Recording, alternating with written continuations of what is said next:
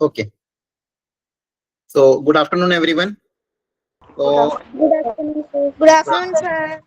good Good afternoon. afternoon, sir. Good afternoon, sir. Good afternoon. तो आज हमको थोड़ा सा फास्ट कवर करना पड़ेगा, संडे को आपका टेस्ट भी है ना, और हमको ये चैप्टर पूरा रिवाइज करना है। तो आप लोग एकदम ध्यान से सुनना। कुछ भी डाउट आता है हैंड रेस कर लेना है, चैट बॉक्स में लिख देना। माइक का थोड़ा ध्यान रखना। माइक फिलहाल के लिए ऑन रख रहा हूँ, लेकिन डिस्टरबेंस ना हो इस बात का ध्यान रखना, बैकग्राउंड नहीं लग रहा है तो थोड़ा सा कंसंट्रेट होकर एक एक बात को आपको सुनना है, समझना है। ये टॉपिक ऑलरेडी आपकी स्कूल में कवर हो गया होगा आई होप। तो आपको फंडामेंटल ऑफ एनसीईआरटी तो आता होगा, लेकिन अच्छे से इसकी प्रैक्टिस करना था। आज मैं थोड़ा बहुत आपको फंडामेंटल फिर से रिवाइज करा दूंगा। घर पे जाके आपको मॉड्यूल के कुछ क्वेश्चंस और अच्छे से ट्राई करना है, ठीक है। चलो स्टार्ट करते हैं। पिछली क्लास में हमने सेट्स के बारे में पढ़ा था कि सेट्स क्या होता है। Set is a well defined collection of object. Sets के बारे में पढ़ा था, it is a well defined collection of object. Fundamental देखा था। सेट को रिप्रेजेंट करने का तरीका दो था, सेट बिल्डर फॉर्म और रोस्टर फॉर्म। फिर इसके बाद हमने देखे थे टाइप्स ऑफ सेट, अलग अलग टाइप के सेट्स थे। फिर हमने पढ़ा था सबसेट्स के बारे में कि सबसेट क्या होता है, सबसेट को कैसे निकाला जा सकता है। उसमें हमने देखा था कि नल सेट जो होगा वो सबका सबसेट होगा। सबसेट के अंदर हमने पढ़ा था पावर सेट, सारे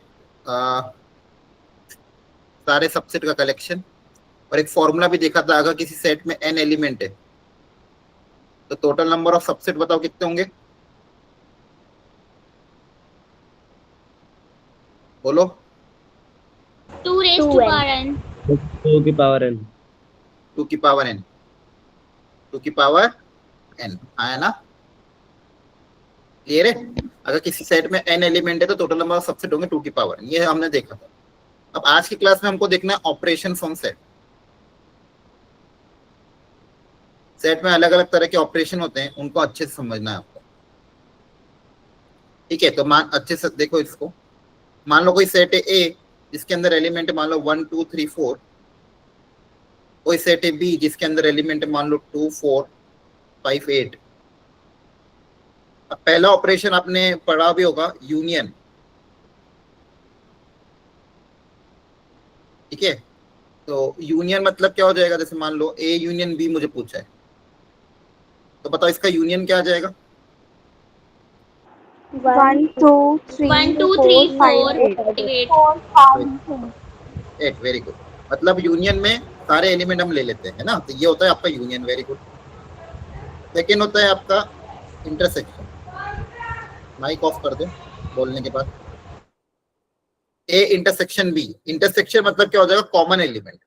इनमें कॉमन एलिमेंट क्या आ रहे हैं, 2 4। 2, 4. ये आपका इंटरसेक्शन हो जाएगा। 2, 4. मान लो ये, हाँ ये मान लो ये सेट ए और बी किसी यूनिवर्सल सेट में आ रहे हैं, जो कि अपन को गिवन है क्वेश्चन में 1 से लेके 10 तक। यहाँ पर मान लो कोई यूनिवर्सल सेट है, तो आपने यूनियन निकाल लिया, इंटरसेक्शन निकाल लिया। अब इसको अगर मैं वेन डायग्राम से समझना चाहूंगा, ये होता है वेन डायग्राम। इसमें ये बॉक्स जो होता है ये डिनोट करता है यूनिवर्सल सेट। बॉक्स आपका क्या होता है, यूनिवर्सल सेट। अब ए और बी इसके क्या है, सबसेट है। ए और बी इसके क्या है, सबसेट। तो सबसेट को हम सर्कल से डिनोट करते हैं। ये सेट ए हो गया, मान लो ये सेट बी हो गया, ये बी हो गया, और वो रेड वाला आपका सेट ए हो गया। अब इसके अंदर वैल्यू हम रख के दिखाता हूं मैं। सेट ए के अंदर आ रहा था 1 2 3 4, और सेट बी के अंदर आ रहा था 2 4 5 8। दोनों में कॉमन क्या था, 2 और 4। तो 2 और 4 दोनों का कॉमन एलिमेंट है, उसको यहाँ लिख दिया। 2 और 4 क्या दोनों में कॉमन है, यहाँ लिख दिया। ए में और क्या क्या आ रहा है, 1 और 3, तो 1 और 3 को यहाँ लिख दिया। बी में और क्या आ रहा था, 5 और 8, तो 5 और 8 को यहाँ लिख दिया। अब 1 2 3 4 5 हो चुका है, बचे क्या क्या एलिमेंट, 6 7 8 आ चुका है, 9 और 10। तो बचे हुए एलिमेंट क्या आ जाएंगे, बाहर आ जाएंगे, क्योंकि यूनिवर्सल सेट में क्या 1 से लेकर 10 तक थे। तो यूनिवर्सल सेट मतलब बॉक्स के अंदर 1 से 10 तक सारे एलिमेंट आ गए। तो आपको विजुअलाइज हो रहा है कि ए के अंदर देखो 1 2 3 4 है, रेड सर्कल के अंदर, ब्लू सर्कल के अंदर 2 4 5 8, वो बचे हुए एलिमेंट बाहर आ जाएंगे, है ना, बोलो। Yes sir. Yes. यूनियन में क्या हो रहा है, यूनियन में आपने देखा आंसर निकाला, तो यूनियन में ए का भी पार्ट लेना है, भी पार्ट लेना है और कॉमन पार्ट भी लेना है। तो यूनियन में आपका ये आ जाएगा। माइक ऑफ करो यार। ये आपका जो रीजन होगा इसको बोलते हैं यूनियन, ए यूनियन बी। ये जो ग्रीन वाला पार्ट है आपका क्या हो जाएगा, यूनियन पार्ट हो जाएगा। क्लियर है? और इंटरसेक्शन आपको दिख रहा है क्लियरली, ए इंटरसेक्शन बी मतलब कॉमन पार्ट। तो ए और बी में जो कॉमन पार्ट होता है उसको बोलते हैं आप इंटरसेक्शन। तो ये वाला हिस्सा होगा इंटरसेक्शन, ये वाला हिस्सा आपका क्या हो जाएगा, इंटरसेक्शन। तो ये कुछ फंडामेंटल है जो आपको पता होना चाहिए। और भी कुछ चीजें हैं उसको भी हम डिस्क्राइब कर लेते हैं। जैसे ये आपका सेट ए है, ये सेट बी है। अब कोई बोलेगा कि ओनली ए का मतलब क्या है, सिर्फ ए वाला हिस्सा। तो उसमें सिर्फ ये वाला है जहां पे सिर्फ अकेला ए आ रहा हो, तो इस वाले हिस्से को बोलेंगे ओनली ए। इसको निकालने का तरीका क्या होगा, ए में से ए इंटरसेक्शन बी क्या कर दो, माइनस कर दो, तो ओनली ए वाला पार्ट आ जाएगा। पूरे ए रेड वाले सर्कल में से इंटरसेक्शन माइनस कर देंगे तो क्या आ जाएगा, ओनली ए वाला पार्ट। क्लियर है? तो ये हो गया ओनली ए। एक होता है ए डैश और कॉम्प्लीमेंट्री। ठीक है, ए डैश और कॉम्प्लीमेंट्री ऑफ ए मतलब ए को छोड़ के सब कुछ। ये बॉक्स, ये ए, तो ए डैश क्या हो जाएगा, ये वाला ए को छोड़ के सब कुछ। ये ए है तो ए को छोड़ के सब कुछ हो जाएगा ए डैश। और ओनली ए मतलब जिसमें सिर्फ ए वाला पार्ट आ रहा हो। क्लियर हो रहा है सबको? Yes sir. अच्छा, इसको इसको डिनोट करने का एक और तरीका है, इसको आप a माइनस बी भी लिख सकते हो। ए में से बी वाला हिस्सा हटा दिया है। बेसिकली इसको लिखने का तरीका क्या है, ए माइनस बी भी है। ओनली ए को लिखने का तरीका क्या है, ए माइनस बी, मतलब ए में से आप बी वाला हिस्सा हटा दोगे तो ए माइनस बी कहलाएगा। चलो इसको, अच्छा और एक और बात समझते हैं। मान लो ये ए है, ये बी है, ये वाले को क्या बोलूंगा मैं, ये जो शेडेड रीजन बना है, Only ओनली बी। B. इसमें सिर्फ सिर्फ बी आ रहा है। और इसको मैं क्या लिखूंगा, B minus A. B minus A. B में से ए वाला हिस्सा हटा दे, और इसको निकालने का तरीका क्या होगा, बी में से Minus. ए इंटरसेक्शन बी क्या कर देंगे, माइनस। बी में से ये इंटरसेक्शन माइनस कर देंगे तो मेरे पास बी माइनस ए की वैल्यू आ जाएगी।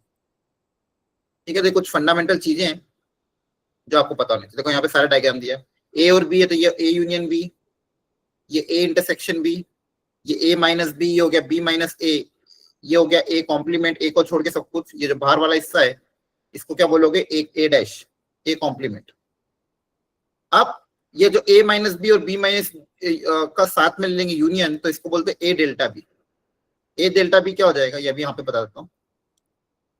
ए डेल्टा बी कभी कभी अगर यूज हो तो मतलब ए माइनस बी वाला हिस्सा और बी माइनस ए वाला हिस्सा, इन दोनों का अगर यूनियन ले ले तो ए डेल्टा बी आ जाता है। और डायग्राम में कैसे रिप्रेजेंट करोगे,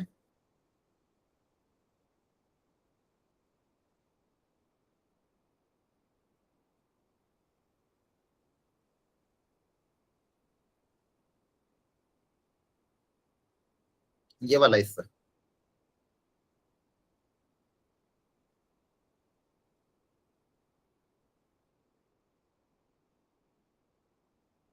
ठीक है, ये जो शेडेड रीजन बनाया है ये क्या है, ए माइनस बी और बी माइनस ए का यूनियन। और इसको निकालने का तरीका क्या, पूरे यूनियन में से, टोटल पूरे यूनियन में से इंटरसेक्शन पार्ट वाला क्या कर दो, माइनस कर दो, तो बचा हुआ हिस्सा आपका आ जाएगा। पूरे यूनियन में से बीच वाला पार्ट अगर माइनस करेंगे तो क्या आ जाएगा मेरे पास, ए डेल्टा बी। ठीक है, तो ये कुछ फंडामेंटल वेन डायग्राम है जो आपको समझने थे। यहाँ तक सबको समझ में आ गया? Yes sir. Yes, sir. Yes, sir. अब जैसे यहाँ पे क्वेश्चन है, find A union B. First question ये है, सेकंड क्वेश्चन ये, करो पता।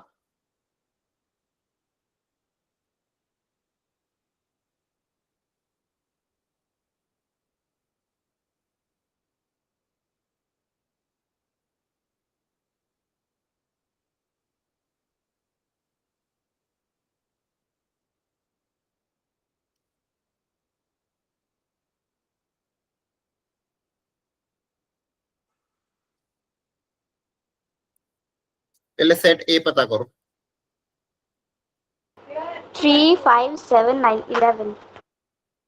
ओके,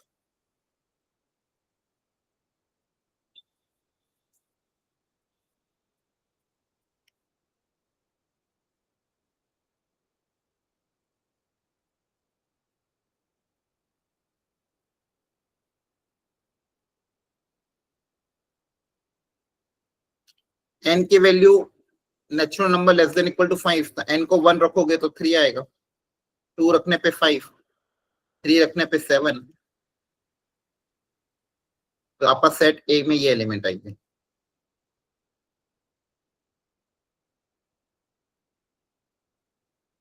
सेट बी में set B 1 4 7 10। Okay very good. Set B में बोला n less than equal to 4 और नेचुरल नंबर, तो n की वैल्यू क्या क्या हो जाएगी 1 2 3 4, n को 1 2 3 4 यहाँ रख दो तो सेट बी आ जाएगा। 1 रखोगे तो 2 रखने पे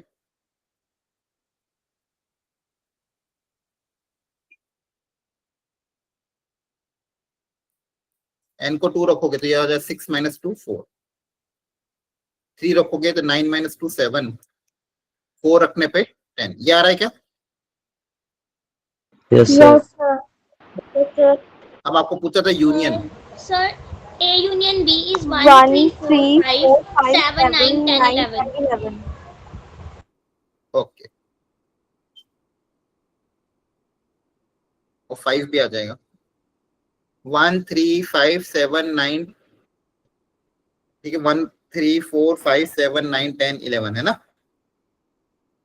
Yes, sir. Very good. अब इसी तरह से a माइनस बी भी पता कर सकते हैं सेकेंड पार्ट में। सबसे पहले a माइनस बी पता कर लेते हैं। a माइनस बी अभी बताया था, a में से b वाला हिस्सा हटाना या फिर a में से a इंटरसेक्शन b माइनस कर दो। a में से a intersection minus, very good. पहले a इंटरसेक्शन b पता कर लेते हैं। इंटरसेक्शन में क्या क्या आ रहा है common part,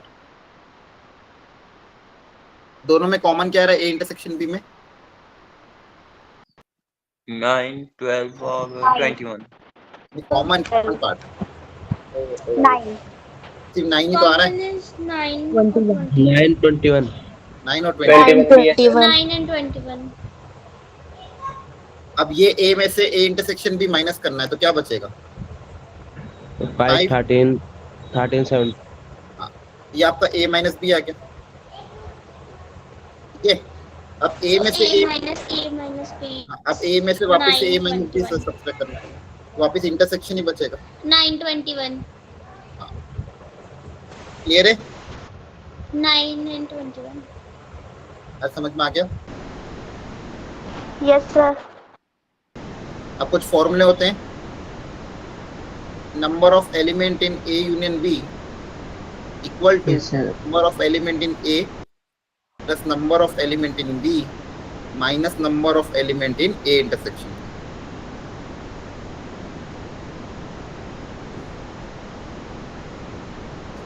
number of element in a union b का क्या होगा, number of element in a plus number of element in b minus number of element in a intersection b। Formula भी आसान है यूनियन का पता करने के लिए, a वाला पार्ट प्लस b वाला पार्ट ऐड करोगे तो इंटरसेक्शन वाला पार्ट 2 बार ऐड होगा, लेकिन मुझे एक ही बार चाहिए तो एक बार क्या करना पड़ेगा, सब्सट्रैक्ट करना पड़ेगा। तो ये फॉर्मूला बहुत अच्छे से याद होना चाहिए, ठीक है। इसी तरह से 3 का फॉर्मूला भी याद होना चाहिए, number of element in a plus b plus c minus intersection एक बार और एक बार सबका ऐड कर दो, a plus b plus c minus a intersection b minus b intersection c minus c intersection a और plus a intersection b intersection c। Clear है?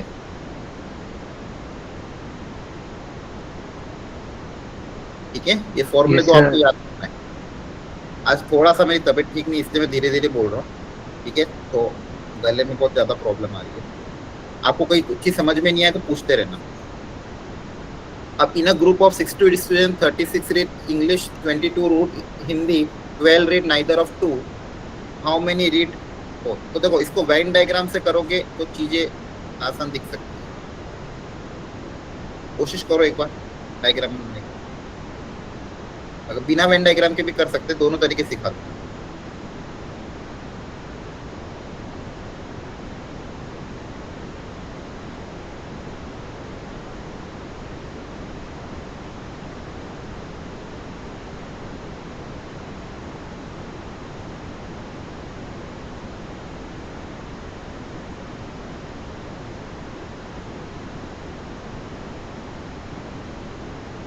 देखो इन्होंने कुछ दिया 12 read neither of the two, मतलब बाहर वाला हिस्सा भी आपको दिया हुआ है।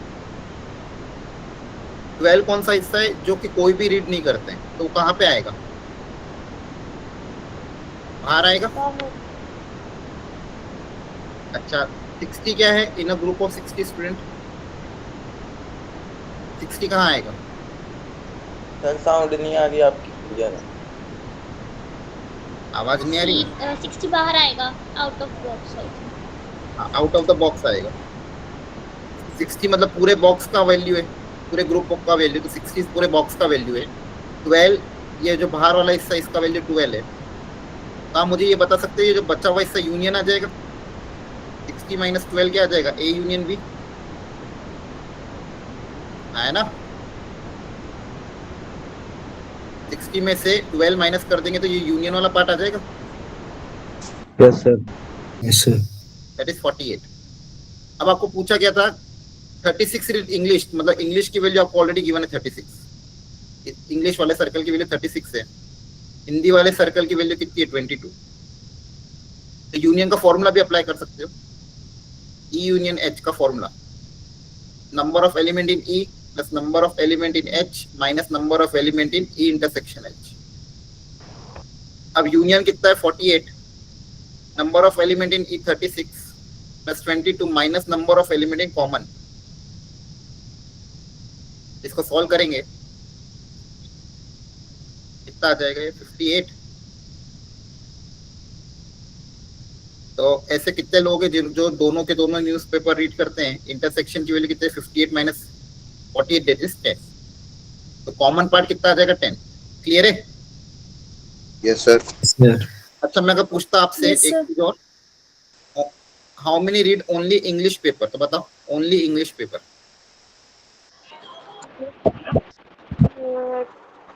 26। हाँ 20. 26। इंग्लिश में से दोनों का इंटरसेक्शन माइनस कर देंगे, है ना। 36 में से कॉमन पार्ट क्या कर देंगे माइनस, तो 26 आ जाएगा। और ओनली हिंदी वाले 12। 12. ओनली हिंदी पेपर में भी जो हिंदी वाला पोर्शन है उसमें से कॉमन पार्ट क्या कर देंगे माइनस, तो 22 में से 10 माइनस कर देंगे तो 12 आ जाएगा। समझ में आ रहा है। Yes sir. Yes, sir. ध्यान रखना पूरे सर्कल की वैल्यू 36 गिवन थी, पूरे सर्कल की वैल्यू 36 गिवन थी, तो कॉमन पार्ट आपका 10 आया, तो ये बचा हुआ पार्ट कितना आ जाएगा 16, और ये बचा हुआ पार्ट कितना आ जाएगा 12। ठीक है सर 26। क्या हो गया, ठीक है इसको ट्राई करो।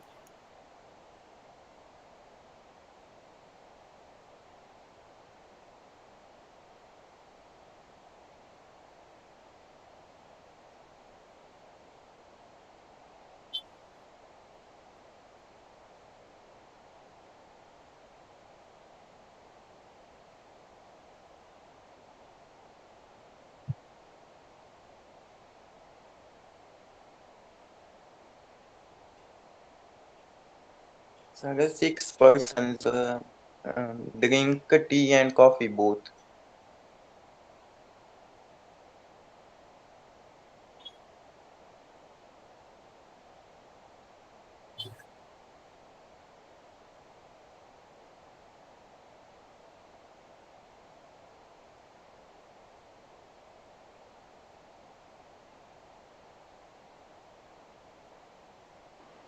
सर फर्स्ट का 6 ना। ओके फर्स्ट का 6 आ रहा है। Yes, sir. Yes, sir. ठीक है in a group of 50 people 40, diagram पर अच्छे से बना लेते हैं।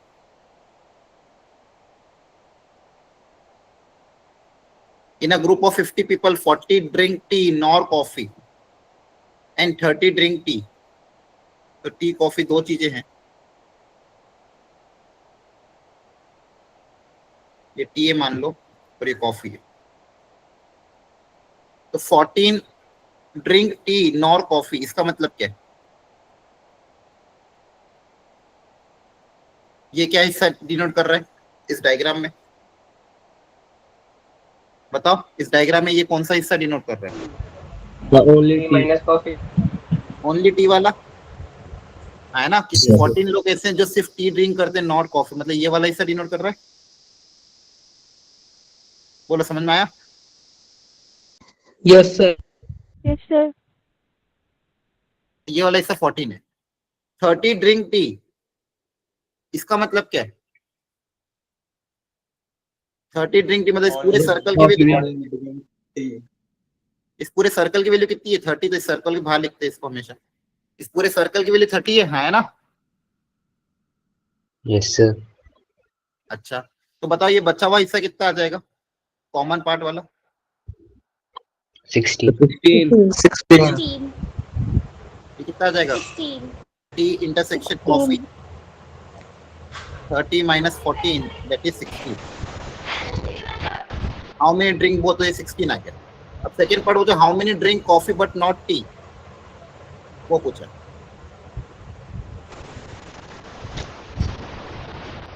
ये वाला हिस्सा।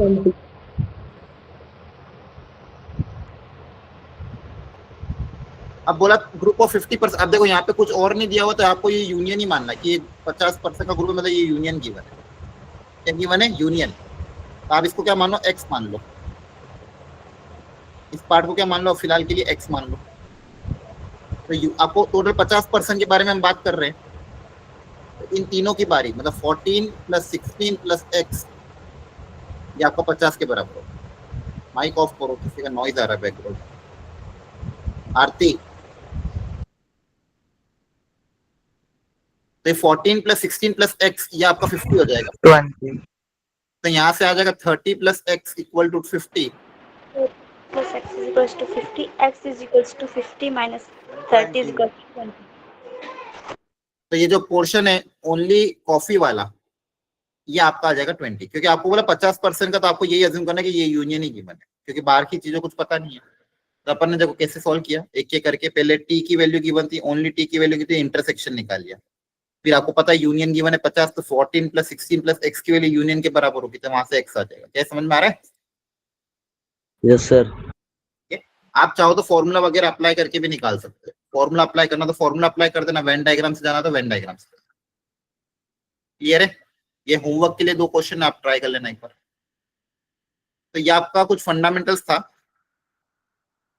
इसमें। अब थोड़ा सा हम रिलेशंस के बारे में पढ़ लेते हैं, और क्या होता है कार्टेशियन प्रोडक्ट। अच्छा, मुझे ये बताओ, आपको पता है कार्टेशियन प्रोडक्ट, आपने सुना होगा वर्ड कार्टेशियन प्रोडक्ट, ठीक है? तो पहले मैं उसके Yes, बारे sir. में बताता हूँ कि what is a Cartesian product, फिर हम पढ़ेंगे कि बाकी चीजें क्या होती है।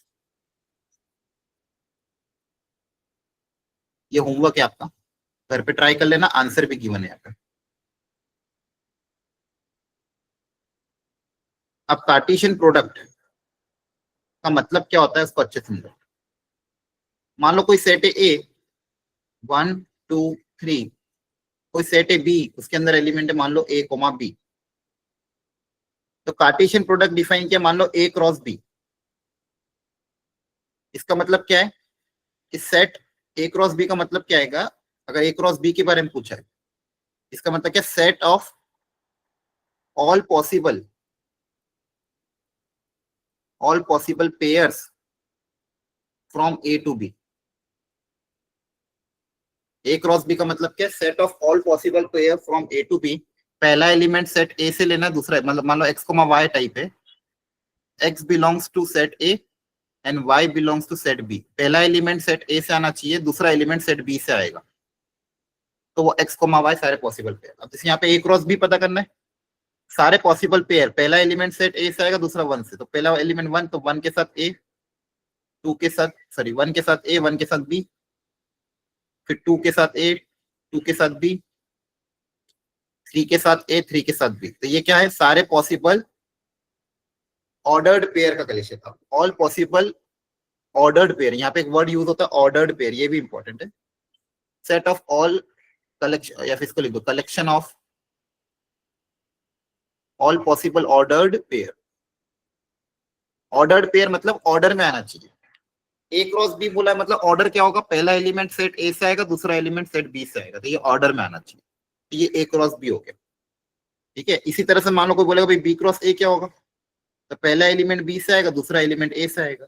तो पहला एलिमेंट बी से, ए के साथ 1, ए के साथ 2, ए के साथ 3, दूसरा एलिमेंट बी के साथ 1, बी के साथ 2, बी के साथ 3, ये बी क्रॉस है। अच्छा, इसमें एक सिंपल प्रॉपर्टी और भी होती है नंबर ऑफ एलिमेंट की। Number of element in A cross B अगर पता करने, आप पता कर सकते हो number of element in A multiply by number of element in B. जैसे यहाँ पे 3 और 2 थे, तो ए क्रॉस बी में कितने एलिमेंट आ गए, 6 एलिमेंट आ गए। 2 into 3 दैट इज 6। ये फंडामेंटल है, ये साइंस यहाँ तक समझ में आया? Yes, sir. अब इसमें एक Yes, क्वेश्चन ऐसा sir. फंडामेंटल भी आ सकता है कि ऑर्डर्ड पेयर, इफ दो ऑर्डर्ड पेयर आपको दिए, मान लो 2x, 9 minus y equal to 8, 6 और पूछा फाइंड x एंड y। दो ऑर्डर्ड पेयर आपको इक्वल की बने, पूछा x एंड y निकालो। सिंपली कंपैरिजन कर लो कि पहला वाला एलिमेंट पहले वाले के बराबर होगा और दूसरा वाला एलिमेंट दूसरे के बराबर होगा। हाँ, है ना? क्लियर है? Yes, sir. ओके, तो ये आपका था ऑर्डर्ड पेयर, ये आपका था ordered pair, sorry Cartesian product. ये आपका था क्या, Cartesian product. Cartesian product simply ये होता है। अब इसी से रिलेट किया गया था रिलेशन। रिलेशन कैसे डिफाइन किया वो देख लेते हैं। रिलेशन को डिफाइन किया गया इस तरह, it is one of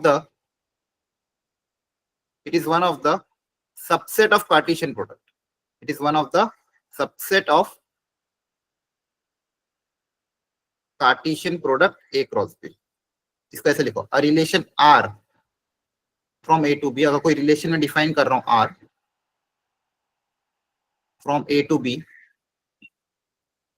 so it is a what? It is a subset of the Cartesian product. It is one of the subset of Cartesian product A cross B. अब A cross B से आपको एक set मिलेगा। A cross B करोगे तो आपको क्या मिलेगा, एक सेट मिल रहा है। जैसे पिछली बार भी देखो, A cross B से मुझे कोई ना कोई कर्ली ब्रैकेट के अंदर एक सेट मिला। ये एक सेट ही है, कलेक्शन ऑफ ऑब्जेक्ट। ये क्या, एक सेट। इस सेट के बहुत सारे सबसेट होंगे। ये जो A cross B आया है कोई ना कोई सेट है, इस सेट के बहुत सारे क्या होंगे, सबसेट होंगे। उन सबसेट में से कोई ना कोई एक सबसेट आपका क्या होगा, रिलेशन होगा।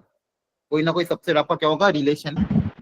इनपुट और आउटपुट में कोई आपस में एक दूसरे से रिलेट कर रहे होंगे। इनपुट और आउटपुट आपस में एक दूसरे से रिलेट कर रहे होंगे, है ना? तो उसको बोलते हैं अपन रिलेशन। एग्जांपल से समझा रहा हूं। बोला relation R from A to B, ऐसे डिनोट होगा। Relation R from A to B, इसको ऐसे डिफाइन किया गया है, R equal to, a relation R is defined from A to B, R equal to x comma y, x belongs to set A, y belongs to set B, and y is equals to x plus 2। ठीक है, set A भी आपको question में दिया हुआ है मान लो, और सेट B भी आपको दिया हुआ है।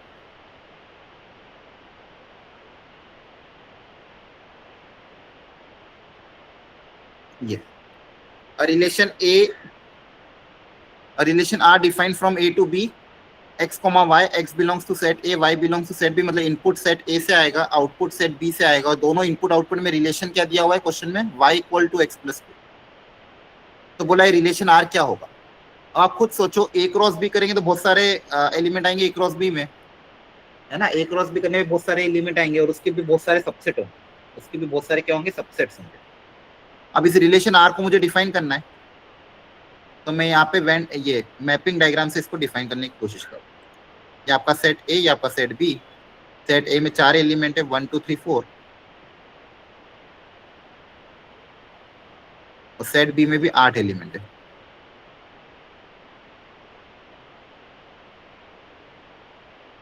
अब इसको डिफाइन कैसे किया गया, y equal to X plus 2। y जो है x पे डिपेंडेंट है, तो x को 1 रखेंगे तो y कितना आएगा, 3।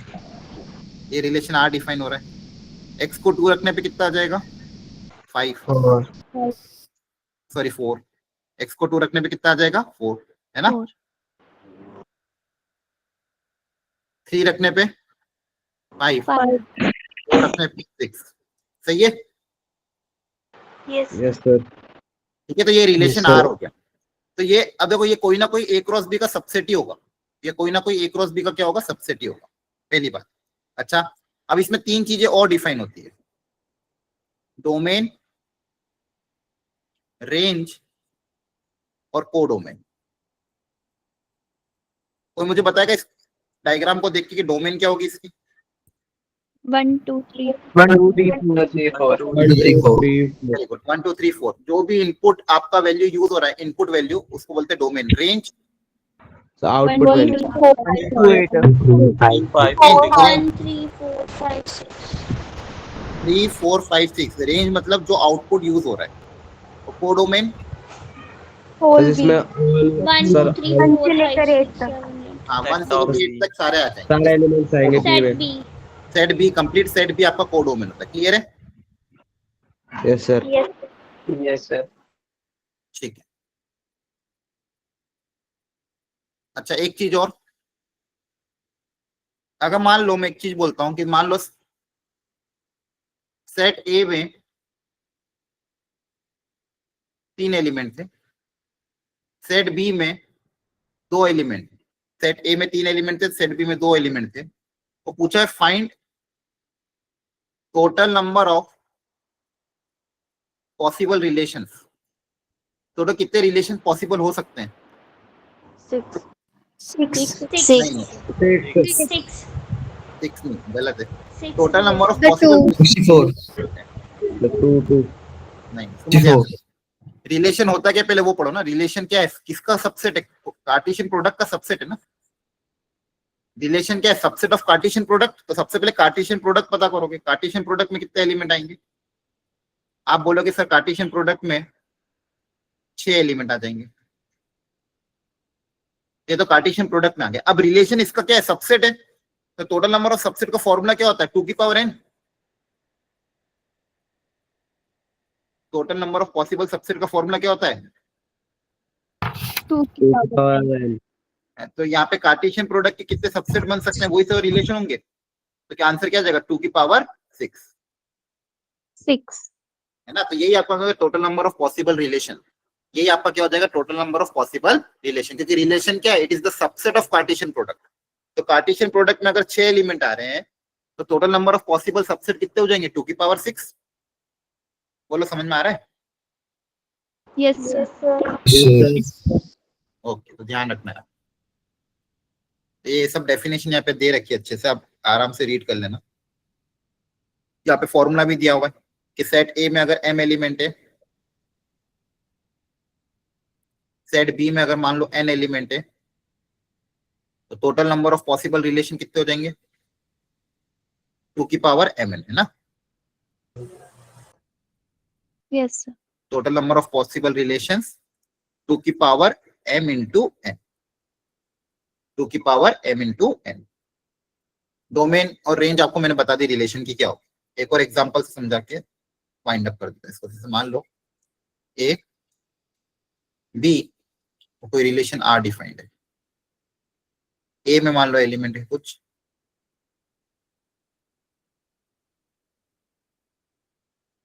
बी में मान लो है,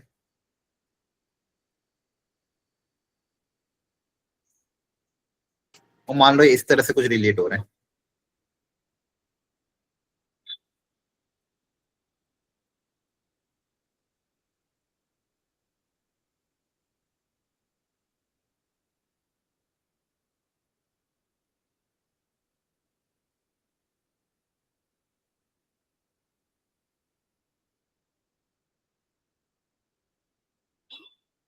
बताओ इसकी डोमेन क्या होगी?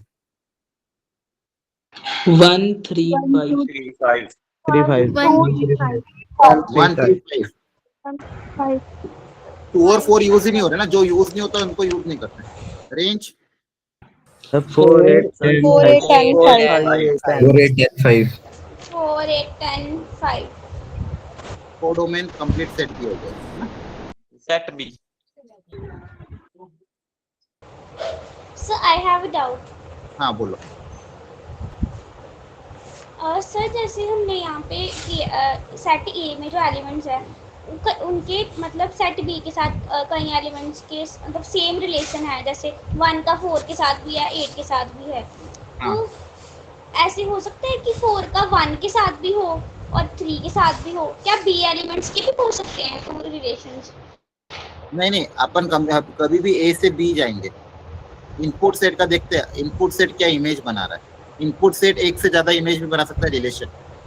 आउटपुट क्या कर रहा है वो सब नहीं, आपको इनपुट देखना है, इनपुट में कैसे कैसे रिलेशन बन रहे हैं। जैसे 1 का एक इमेज भी हो सकती है, 1 की 2 इमेज भी हो सकती है, एक से ज्यादा भी हो सकती है।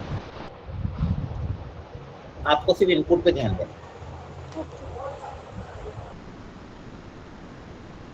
अब जैसे यहाँ पे क्वेश्चन है, सेट ए दिया हुआ है, relation R defined X comma Y, X P set A से आ रहा है, वाई भी सेट ए से आ रहा है। रिलेशन आर ऑन ए, ऐसा लाइन जब भी आता है, रिलेशन आर ऑन ए मतलब ए क्रॉस ए। इनपुट और आउटपुट दोनों सेट ए से आ रहे हैं। X square equal to Y और X equal to Y square, find domain in range. तो सबसे पहले रिलेशन आर को मैपिंग से बनाओ कि रिलेशन आर के अंदर क्या क्या एलिमेंट आएंगे। और सेट ए से सेट ए है, तो क्या क्या पॉसिबिलिटी है।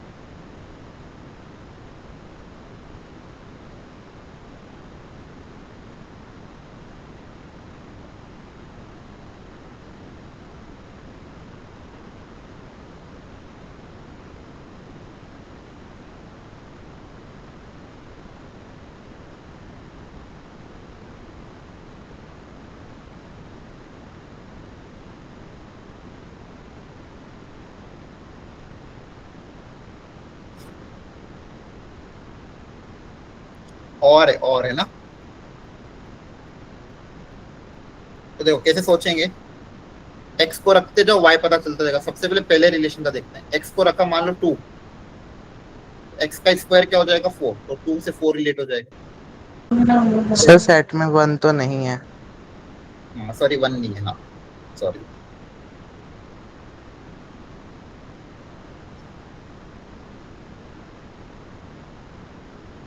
ठीक है। अब यस सर। फिर एक्स को रखा आपने मान लो 3, तो 3 का स्क्वायर हो जाएगा 9। 4 रखोगे तो 4 का स्क्वायर आएगा 16, लेकिन 16 है ही नहीं, है ना। तो इसका काम हो गया। अब सेकेंड वाला देखते हैं, X equal to Y square. अब चाहो तो आप वाई रख के एक्स पता करो या एक्स रख के वाई पता करो। ठीक है, जैसे मान लो अगर वाई रखोगे आप 2, तो वाई अगर 2 है तो उस समय एक्स कितना आएगा, वाई को 2 रखने पे एक्स 4 आएगा। फिर वाई को 3 रखने पे एक्स कितना आ जाएगा, 9।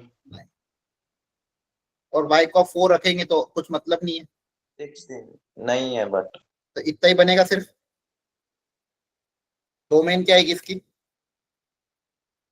2 3 2 3 4 9 और रेंज 2 3 4 9 2 3 4 9 4 9।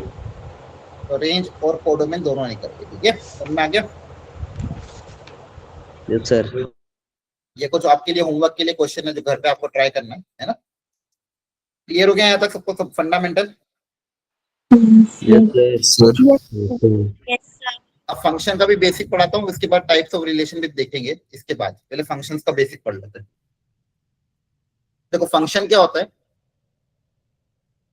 फंक्शन भी जो है वो रिलेशन का एक कोई ना कोई टाइप है, सब टाइप है, बट कुछ रूल को फॉलो करता है. A relation is said to be a function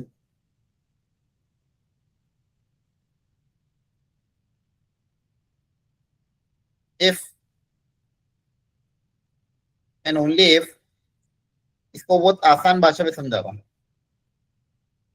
every element of set A relation from A to B है ना, फंक्शन की मैं बात कर रहा हूँ from A to B. every element of set A has only one image in set B. ये एक लाइन याद रख लोगे तो पूरा कवर हो जाएगा. इसमें दो वर्ड बहुत इंपॉर्टेंट है. एवरी पहली बात तो सेट ए के हर एलिमेंट की इमेज बननी चाहिए और हर एलिमेंट की सिर्फ ओनली वन इमेज बननी चाहिए, तो वो फंक्शन कहलाएगा. और जैसे यहाँ पे हम देखेंगे, यहाँ पे सेट ए के हर एलिमेंट की इमेज नहीं बन रही है क्योंकि कुछ एलिमेंट खाली रह रहे, तो ये फंक्शन नहीं है. ये रिलेशन तो है लेकिन फंक्शन नहीं है. यहाँ पे भी देखोगे, यहाँ पे एक एलिमेंट की दो दो इमेज बन रही, तो ये भी फंक्शन नहीं है. फंक्शन कब कहलाएगा? जब सेट ए के हर एलिमेंट की सिर्फ एक इमेज बने. सेट ए के हर एलिमेंट की सिर्फ एक इमेज बने.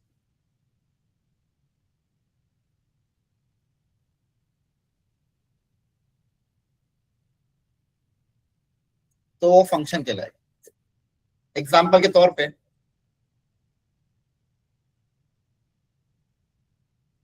एक रिलेशन मान लो दिया है और आपको पता करना है फंक्शन होगा कि नहीं होगा.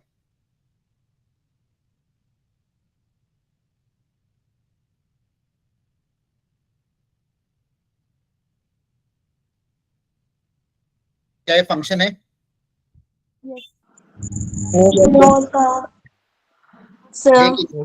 है कि नहीं है? Yes, yes, sir. No, sir. No, sir. दो रूल देखने हैं कि क्या दो दो चीजें देखने हैं आपको. क्या हर एलिमेंट की इमेज बन रही है, क्या नहीं बन रही है ना. फंक्शन, क्योंकि यहाँ पे इस वाले एलिमेंट की इमेज नहीं बन रही है, इसलिए फंक्शन नहीं. सभी की इमेजेस बन गई होंगी तभी होगा ये फंक्शन. हाँ, सबकी इमेज बननी चाहिए, कोई भी एलिमेंट खाली नहीं रहना चाहिए. जैसे यहाँ पे एक एलिमेंट खाली रह गया है, इसलिए फंक्शन नहीं है, इसलिए फंक्शन नहीं है. क्लियर है? Okay. Yes sir. Yes sir. Okay.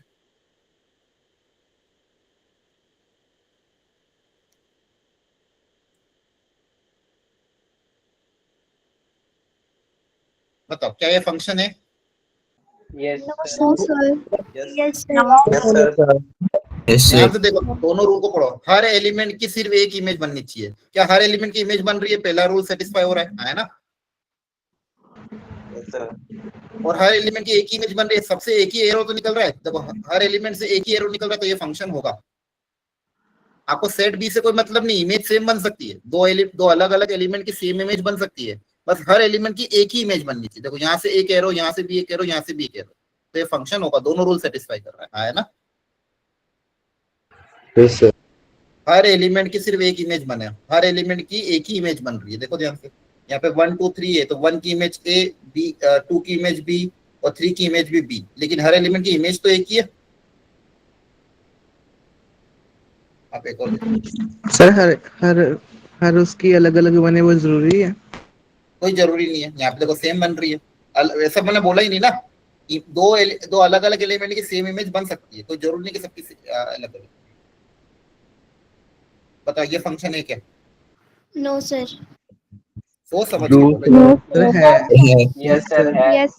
Yes, sir. इसलिए कह रहा हूँ ध्यान से पढ़ो. हर एलिमेंट की इमेज बन रही है क्या? हाँ बन रही है. और हर एलिमेंट की एक ही इमेज बन रही है, इमेज सेम बन रही है, तो क्या दिक्कत थोड़ी है. हर एलिमेंट की सिर्फ एक इमेज बननी चाहिए, मतलब हर एलिमेंट से सिर्फ एक एरो निकलना चाहिए बाहर. आ रहा है समझ में? Yes, sir. Yes, sir. Yes. Yes. तो इसलिए थोड़ा ध्यान से समझो इस चीज. हर एलिमेंट की सिर्फ एक इमेज बननी चाहिए.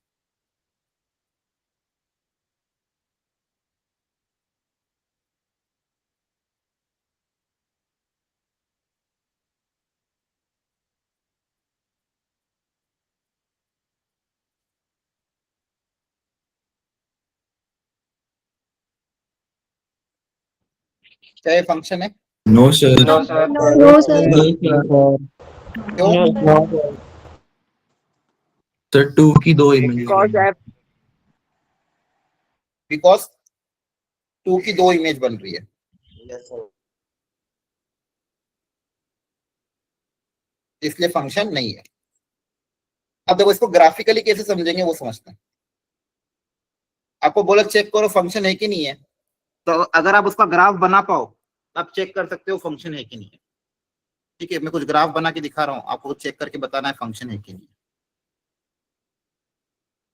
जैसे एक साइन साइन एक्स का ग्राफ बना दिया,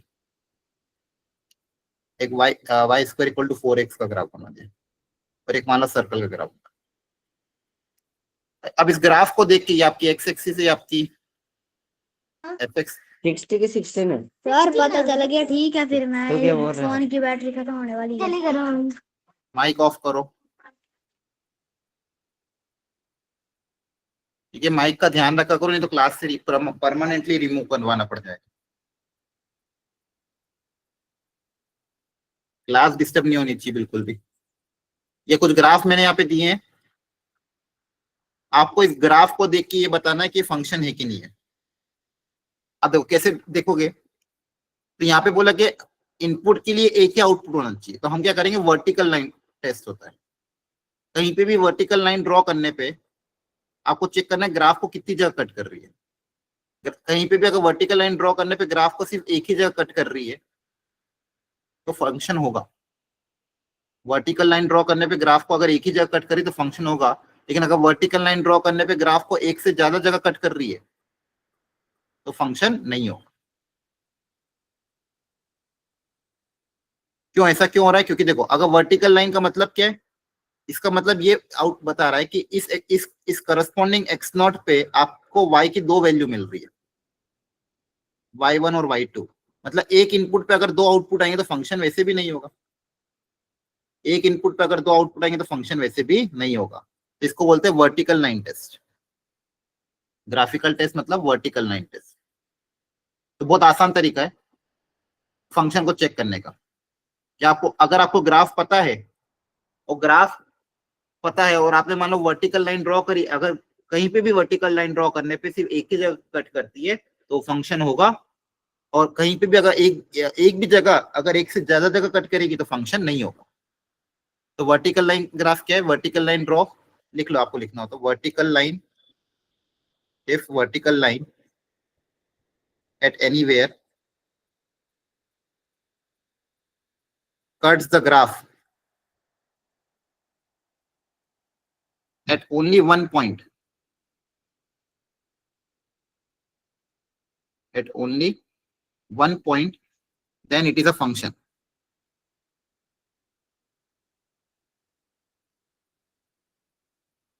और एक से ज्यादा जगह कट करेगी तो नॉट अ फंक्शन। क्या है, समझ में आया? Yes sir. Yes, sir. जैसे यहाँ पे आपको बताना कौन सा फंक्शन होगा नहीं होगा, करो try. Which of the following is function or which of the following is not a function. दोनों क्वेश्चन अलग अलग है, सोच समझ के बताना। इनपुट और आउटपुट वैल्यू रख रख के देखना। ऑप्शन फर्स्ट पार्ट में इनपुट में और आउटपुट में वैल्यू रख रख के देखना कि फंक्शन है कि नहीं।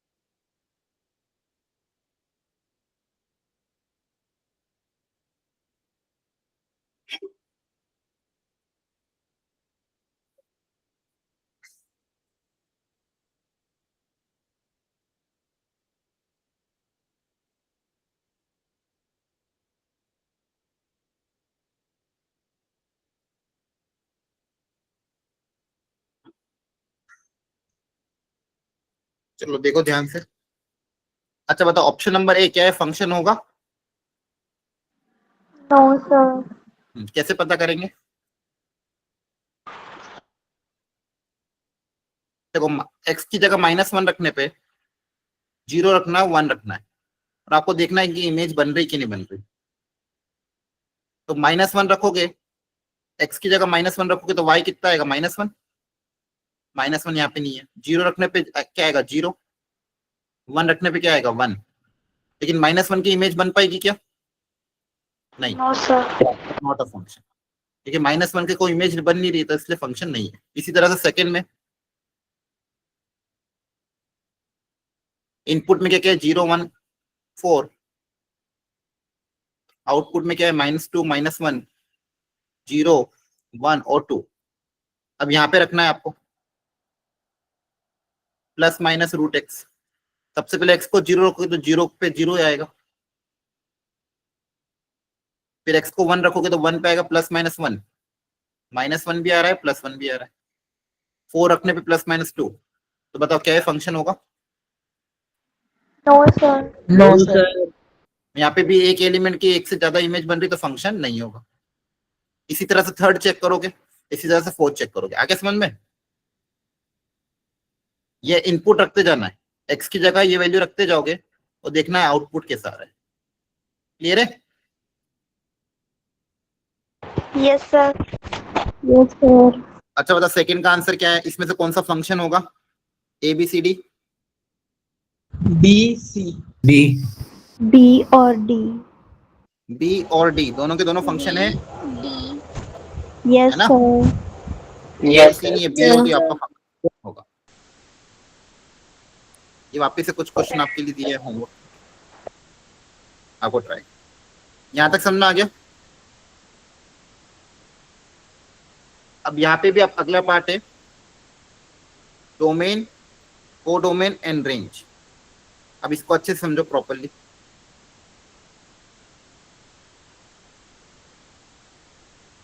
इसमें क्वेश्चन आएंगे डायरेक्ट, उसके लिए कुछ फंडामेंटल रूल है जो आपको पता होना चाहिए, और इनइक्वालिटी का बेसिक। इनइक्वालिटी ऑलरेडी आपको पढ़ा रखी, तो वो यहाँ पे काम आएगा। पहला रूल, स्क्वायर रूट के अंदर जो भी एक्सप्रेशन हो, स्क्वायर रूट के अंदर जो भी एक्सप्रेशन हो, ये हमेशा कैसा होना चाहिए? Greater than equal to 0। पहली चीज, स्क्वायर रूट के अंदर जो भी क्वांटिटी होनी चाहिए वो कैसी होनी चाहिए? पॉजिटिव होनी चाहिए। सेकेंड, दो फ्रैक्शन है, मान लो एक फंक्शन ऊपर है और दूसरा फंक्शन नीचे, f(x)/gx है, तो यहाँ पे आप क्या रूल अप्लाई करोगे? डिनोमिनेटर कभी भी 0 नहीं होना चाहिए। Denominator should not be equal to 0। समझ में आ रहा है? Yes sir. यस ठीक है, सर। ये यस दो सर। दो फंडामेंटल चीज। एक तो क्या, स्क्वायर रूट के अंदर क्वांटिटी हमेशा पॉजिटिव होना चाहिए, डिनोमिनेटर कभी भी 0 नहीं होना चाहिए। अगर मान लो स्क्वायर रूट और डिनोमिनेटर दोनों नीचे आ जाए, तो आप क्या लिखोगे? डिनोमिनेटर आपका कैसा होना चाहिए? नॉन जीरो, और अंडर रूट के अंदर इसलिए क्या आएगा? Greater than 0। सिंगल कंडीशन क्या आ जाएगी? Greater than 0। डिनोमिनेटर कैसा होना चाहिए? Greater then 0। आ रही बात समझ में? इसके अलावा आपको लॉग भी पढ़ाया था, तो कभी मान लो लॉग का फंक्शन आ जाए, तो लॉग के लिए ध्यान रखना, लॉग का इनपुट हमेशा पॉजिटिव होता है और बेस भी क्या होता है? Positive not equal to 1।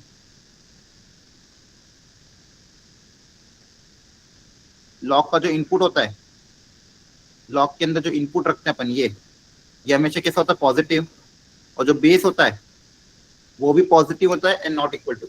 Main तो आपके दो हैं जिनको आपको अच्छे से ध्यान रखना है। ठीक है, फॉर एग्जाम्पल ये question, find the domain of this function. तो बताओ इसकी डोमेन कैसे निकालेंगे? क्या कंडीशन क्या अप्लाई होगी? स्क्वायर रूट के अंदर वाली जो क्वांटिटी वो कैसी होनी चाहिए? Greater than 0. Greater than equal to zero. Equal to numerator तो जीरो हो सकता है ना। Yes, sir. अब इनइक्वालिटी को सॉल्व करने का तरीका मैंने सिखाया था, फैक्टराइज करो, इसके फैक्टर बनाने पड़ेंगे। तो ये क्या है, एक्स का स्क्वायर है और 5 को लिख दूंगा √5 का होल स्क्वायर। अब यहाँ पे फॉर्मूला अप्लाई हो जाएगा, ए स्क्वायर माइनस बी स्क्वायर का वो होता है ए प्लस बी ए माइनस बी। फैक्टर बन चुके हैं, प्लॉट कर देते हैं। एक रूट कितना है, माइनस का √5 है, दूसरा क्या है, प्लस का √5। ये पॉजिटिव नेगेटिव, पॉजिटिव पावर दोनों की ऑड है तो प्लस माइनस प्लस चलेगा। आपको क्या चाहिए, greater than equal to zero, मतलब पॉजिटिव हिस्सा। आपका आंसर क्या आ जाएगा, माइनस इन्फिनिटी से माइनस √5 यूनियन। अच्छा √5 पे क्या है, क्लोज ब्रैकेट। ये √5 को इंक्लूड करना है, इक्वेलिटी ऑफ जीरो है तो यूनियन √5 से इन्फिनिटी। क्या है, समझ में आया? Yes Yes, sir. sir. Yes sir.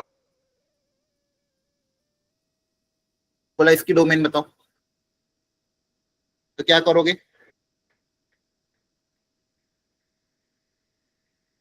सिर्फ एक चीज करनी है। डिनोमिनेटर कैसा होना, डिनोमिनेटर में क्या कंडीशन अप्लाई होगी, is Greater not than equal zero. To zero. Not equal to zero. Denominator क्या होना चाहिए, नॉट इक्वल टू जीरो, बस एक ही चीज। तो आपका आंसर क्या आ जाएगा, नॉट इक्वल टू 3/2, मतलब all real number except 3/2, all real number except 3/2। Clear हो गया? Yes sir. ओके, ये कुछ फंडामेंटल था डोमेन के बारे में। यहाँ तक थोड़ा थोड़ा सबको समझ में आ गया? यस। Yes, sir. Sir. थोड़ा थोड़ा एनसीईआरटी के और भी मैं क्वेश्चन होमवर्क पे दूंगा, लेकिन आप थोड़ा बहुत एनसीईआरटी के भी क्वेश्चन घर पे ट्राई करना जरूर। अब एक लास्ट पार्ट और है, जनरली ये 12th में आता है, लेकिन बस कभी अगर आप थोड़ा बहुत 11th में भी कहीं कहीं पढ़ा देते हैं, इसलिए हल्का सा मैं टच कर रहा हूँ। लिख लो टाइप्स ऑफ रिलेशन। 12th में डिटेल में इसको देखेंगे, लगभग 4 लेक्चर पढ़ेंगे। अभी बस हल्का सा हिंट ले लो रिलेशन के टाइप्स। 3 तरह के रिलेशन होते हैं जो आपको मेजरली पढ़ने रहते हैं, रिफ्लेक्सिव, सिमेट्रिक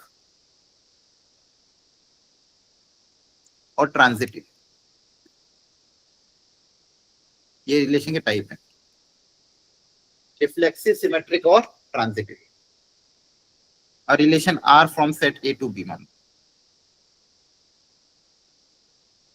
अब रिफ्लेक्सिव कब, कोई भी रिलेशन रिफ्लेक्सिव कब होगा, मान लो सेट ए में कुछ एलिमेंट है 1, 2, 3 और रिलेशन आर डिफाइन है मान लो ए से ए में। अब वो रिफ्लेक्सिव कब होगा, if R contain elements of type x, x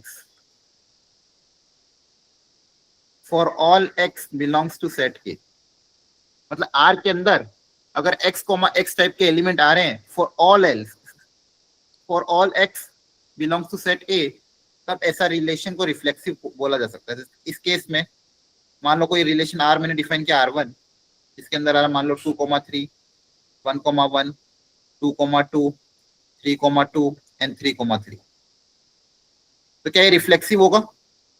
अब इसमें 1, 1 आ रहा है, 2, 2 आ रहा है और 3, 3 आ रहा है, इसलिए रिफ्लेक्सिव हो जाएगा। आपको मैंने क्या बोला, सेट ए के जितने भी एलिमेंट है उसका खुद के साथ पेयरिंग अगर हो रहा है तो ऐसे रिलेशन को मैं रिफ्लेक्सिव बोलूंगा।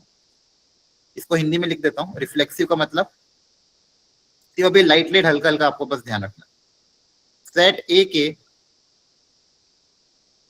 हर एलिमेंट का ध्यान रखना, हर एलिमेंट का, सेट ए के हर एलिमेंट का खुद के साथ पेयर,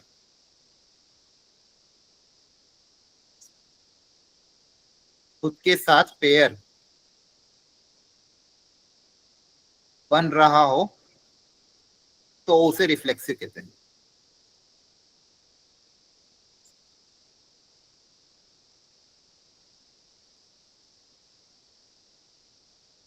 सेट ए के हर एलिमेंट का खुद के साथ अगर पेयरिंग बन रहा है तो उसे रिफ्लेक्सिव कहते हैं। 1,1 2,2 3,3 अगर आ रहा है तो उसे रिफ्लेक्सिव बोलेंगे। क्या ये समझ में आया? Yes sir. पक्का? थोड़ा थोड़ा आ रहा है? सेट ए में जितने भी एलिमेंट है उसको खुद के साथ पेयरिंग अगर दिख रहा है तो वो रिफ्लेक्सिव होगा। अब से ये हो गया रिफ्लेक्सिव। अब बस आखिरी की दो और समझ लो जल्दी जल्दी। सिमेट्रिक और ट्रांजिटिव क्या होगा वो भी आसान है, वो हल्का हल्का बेसिक समझ।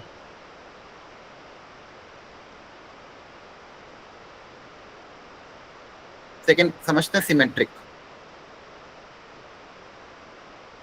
आसान भाषा में समझाता हूं, अगर आप भी हिंदी में लिख लो, अगर रिलेशन आर के अंदर आर में ए कोमा बी आ रहा हो, मतलब that is if A comma B is a part of R, तो सिमेट्रिक होने के लिए देन सिमेट्रिक होने के लिए बी कोमा ए भी उसका पार्ट होना चाहिए। इसका उल्टा B comma A should also be part of A, part of R. Symmetric में क्या बोला गया? अगर A comma B relation R में आ रहा है, अगर A comma B relation R का पार्ट है, अगर A comma B relation R का पार्ट है तो बी कोमा ए भी रिलेशन आर का पार्ट अगर हो रहा हो तो उसको सिमेट्रिक बोलेंगे। क्लियर है? फॉर एग्जाम्पल मान लो कोई सेट ए है 1 2 3 और रिलेशन आर डिफाइन किया गया ए से ए में ही, और आर के अंदर मान लो एलिमेंट ऐसे आ रहे हैं 1,1 2,1 1,2 3,2 और 2,3, और बोला गया है क्या ये सिमेट्रिक होगा या नहीं होगा? चेक करके बताओ। Yes Yes, sir. sir. होगा? देखो चेक कर लेते हैं। 1,1 अब इसका उल्टा ये खुद ही है। 2,1 का उल्टा क्या है? 1,2, तो 1,2 भी आ रहा है है ना। 2,1 का उल्टा क्या है? 1,2, तो ये दोनों प्रेजेंट है। 3,2 का उल्टा क्या है? 2,3, तो ये भी प्रेजेंट है। तो ये क्या हो जाएगा? सिमेट्रिक। क्या हो जाएगा? सिमेट्रिक। क्या समझ में आया थोड़ा थोड़ा? Yes, sir. Yes sir. ठीक है। रिफ्लेक्सिव मतलब हर एलिमेंट का खुद के साथ पेयरिंग होना चाहिए, हर एलिमेंट का खुद के साथ पेयरिंग होना चाहिए, तो उसको रिफ्लेक्सिव बोलेंगे। सिमेट्रिक मतलब अगर ए कोमा बी है तो उसका उल्टा बी कोमा ए भी आना चाहिए। अगर ए कोमा बी है तो उल्टा बी कोमा ए भी आना चाहिए, तो ही इसको सिमेट्रिक बोलेंगे।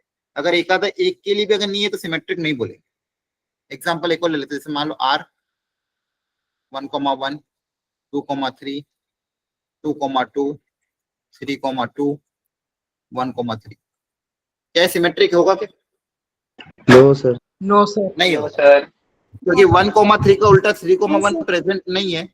तो आप क्या लिखोगे? Since 3,1 is not a part of R, therefore not symmetric, not symmetric. ये बात। अब लास्ट पढ़ लेते हैं ट्रांजिटिव। इसको वापस बता रहा हूँ, 12th में आपको बहुत डिटेल में पढ़ाया जाएगा, बस अभी हल्का हल्का पढ़ा रहा हूँ। बेसिक आपको आना चाहिए, इनकेस क्वेश्चन आता है। ट्रांजिटिव का मतलब क्या है? ट्रांजिटिव का आसान मतलब ये कि अगर मान लो A comma B is a part of R, अब आपको सब लैंग्वेज से समझ में आ जाएगा mathematics. A comma B is a part of R and B comma C is also part of R. ये दो गिवन है कि अगर ये दोनों पार्ट हैं देन इनका जो ट्रांजिटिव है, A B B C, A B और बी सी का ट्रांजिटिव क्या बनेगा? बी बी कैंसिल हो जाएगा, तो ए बी और बी सी का ट्रांजिटिव बनेगा ए सी। तो मैं बोलूंगा ए कोमा सी भी आर का पार्ट होना चाहिए, तो उसको बोलेंगे transitive, then it is transitive. तो उसको क्या बोलेंगे? ट्रांजिटिव। नॉट ट्रांजिटिव कब होगा? बस एक देखो, नॉट ट्रांजिटिव का एक ही केस है, बस उसको अलग से याद रख लो।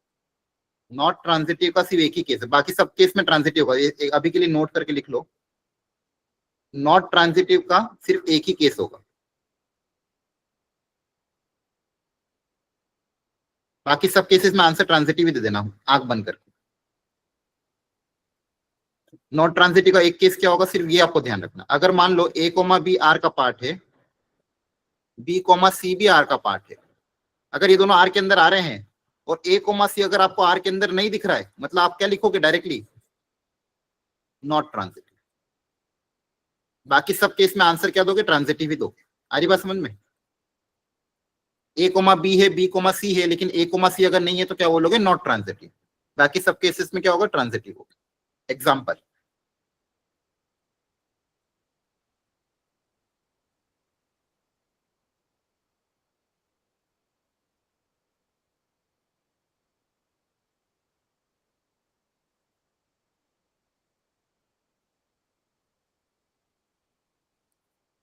मान लो कोई रैंडम एग्जांपल ले लिया मैंने। अब मुझे चेक करना है ट्रांजिटिव है कि नहीं, तो एक एक पेयर को चेक करना पड़ेगा एक एक करके। सबसे पहले मैं चेक करता हूँ 1,1 का। तो 1,1 का ट्रांजिशन किसके साथ बन सकता है, जो 1 से स्टार्ट होगा। 1,1 का साथ ट्रांजिशन किसका बनेगा, जो 1 से स्टार्ट होगा। देखो ध्यान से, ए बी और बी सी ऐसे ट्रांजिशन बनाते हो ना, ये दोनों सेम होना चाहिए। तो 1,1 में ये 1 है तो यहाँ पे 1, ये दोनों सेम होना चाहिए। तो 1 से कौन स्टार्ट हो रहा है, कोई भी नहीं, तो इसका ट्रांजिशन चेक नहीं करना है। अगला चेक करते 2,1 के साथ। 2,1 में भी किसके साथ चेक करेंगे, जो 1 से स्टार्ट होता है। 1 से तो सिर्फ 1,1 ही स्टार्ट हो रहा है और इनका ट्रांजिशन क्या बनेगा, 2,1 ही बनेगा। तो ये तो ऑलरेडी प्रेजेंट है, ठीक है। और 1,1 में खुद ही था, इसलिए चेक करो या नहीं करो बात एक ही। अगला किसका चेक करना, 3,2। 3,2 का ट्रांजिशन किसके साथ देखेंगे, 2 से स्टार्ट होता है। 2 से कौन स्टार्ट हो रहा है, 2,1। इनका ट्रांजिशन क्या बनेगा, 3,1। क्या 3,1 प्रेजेंट है, हाँ प्रेजेंट है, तो ये भी चेक हो गया। और कोई एलिमेंट है जो 2 से स्टार्ट हो रहा है क्या, नहीं, बस यही हो रहा है। लास्ट चेक कर लेंगे 3,1 का। इसमें देखेंगे 1 के साथ कौन स्टार्ट होता है, 1 के साथ सिर्फ 1,1 ही स्टार्ट हो रहा है। इनका ट्रांजिशन वापस क्या बनेगा, 3,1, ये भी प्रेजेंट है। तो मतलब ये ट्रांजिटिव सबको सेटिस्फाई कर रहा है। यहाँ पे फर्स्ट वाले में तो चेक करने की जरूरत ही नहीं पड़ रही है। फर्स्ट वाले में सिर्फ 1 से स्टार्ट होने वाला ये खुद ही था 1,1, है ना, तो इट इज ट्रांजिटिव। आपको मेन रिफ्लेक्सिव सिमेट्रिक अच्छे से ध्यान रखना है। ट्रांजिटिव में क्या देखना है, ए कोमा बी और बी कोमा सी, इन दोनों को कंबाइन करके देखना है क्या इनका ए कोमा सी आ रहा है कि नहीं आ रहा है। अगर नहीं आ रहा है तो नॉट ट्रांजिटिव लिखोगे, और सब केस में आ रहा है तो ट्रांजिटिव लिखोगे। क्लियर है? Yes sir. Sir Yes, sir. Yes, sir. Yes, sir. Yes, sir. Last if लिख लो, इफ अ रिलेशन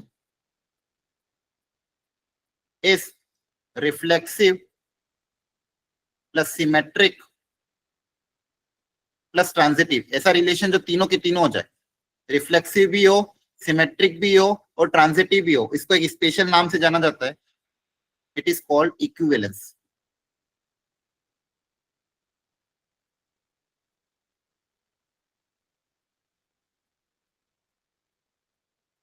ठीक है, बस ये नाम याद रखना। अगर मान लो कोई एग्जांपल ऐसा जो रिफ्लेक्सिव भी हो, सिमेट्रिक भी हो, ट्रांजिटिव भी आ रहा है, तो ऐसे रिलेशन को हम इक्विवेलेंस रिलेशन बोलेंगे। आगे बात समझ में? ठीक है, अब मैं आपको सुनो बात अच्छे से। मैं क्या करूंगा, आपको ये नोट्स अभी भेज दूंगा, आप इन नोट्स को थोड़ा अच्छे से रिवाइज कर लेना, और मैं मॉड्यूल भेजूंगा ग्रुप में। तो आपको मॉड्यूल में से सॉल्व जो क्वेश्चन मैंने होमवर्क दिए वो होमवर्क भी ट्राई करना, मॉड्यूल के सॉल्व एग्जांपल भी ट्राई करना थोड़ा, और मॉड्यूल के पीछे के क्वेश्चन ये थोड़ा अच्छे से प्रैक्टिस कर लेना। संडे को आपका टेस्ट है, और इसी में एक टेस्ट पेपर भी भेजूंगा मैं आपको प्रैक्टिस के लिए, सेट रिलेशन फंक्शन के लिए प्रैक्टिस टेस्ट पेपर इसी शीट के पीछे पीछे ऐड कर दूंगा विद सॉल्यूशन, तो आप वो भी प्रैक्टिस कर सकते हो। क्लियर है? या फिर आपकी स्टूडेंट रिसोर्स शीट पे अपडेट कर दूंगा मैं। Okay Yes, sir. Yes, sir. Student resource sheet पे मैं अपडेट कर दूंगा, है ना। बाकी तो रिफ्लेक्सिव सिमेट्रिक ट्रांजिटिव का लोड मत लेना। हाँ एक मिनट सर टेस्ट में सिर्फ यही चैप्टर आएगा एक? हाँ बस यही चैप्टर आएगा। ठीक है, चलिए मैं आपको भेज देता हूँ सारी चीजें, तो आप एक बार देख लेना अच्छे से। Okay okay, Okay, sir. Thank you everyone, thank you for coming, bye bye, good night. Welcome, sir. Thank you, Yes, sir. sir. Thank you.